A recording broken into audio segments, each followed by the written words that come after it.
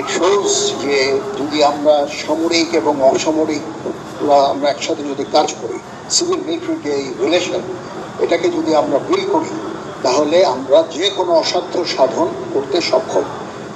তখন ছিল একটা আশা নিরাশার একটা সময়, দেশের মানুষ বিভ্রান্ত, বিভিন্ন ধরনের কথা বলছে, ইলেকশন হবে না, এই হবে না, সেই হবে না। আমরা এটাকে মিথ্যা প্রমাণিত করে একটা চমৎকার একটা ইলেকশন করে দেশ এবং জাতিকে একটা গণতান্ত্রিক প্রক্রিয়ায় আমরা নিয়ে এসেছি। এটা চারটিখানি কথা না, এবং এটার প্রশংসার দাবিদার, এই ইলেকশনের প্রশংসার দাবিদার সম্পূর্ণ আপনাদের। এই জন্য আমি আপনাদেরকে অভিনন্দন জানাচ্ছি।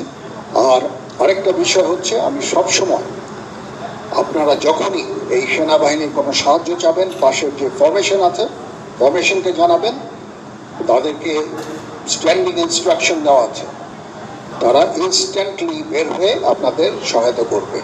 বেসামরিক অসামরিক প্রশাসনকে যে সহায়তা প্রদান করা, এটা ডিজাস্টার হোক, যে কোনো দুর্যোগ হোক, একটা দুর্ঘটনা হোক, দুর্বিপাক হোক, যে সমস্যাই আপনারা ফেস করবেন, আপনারা সরাসরি পাশের ফরমেশনকে আপনাদের জানাবেন, তারা ডিপ্লয় হয়ে আপনাদের এই যত ধরনের সাহায্য সহযোগিতা আছে ইনশাল্লাহ করবে।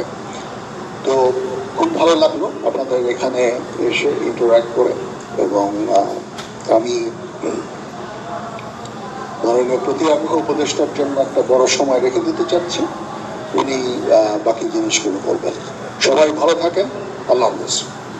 ইতিহাসে এত চমৎকার ইলেকশন আমাদের দেশে হয় না, কেওয়াটিক সময় এটা আমরা পার করেছি, এবং আমি আপনাদের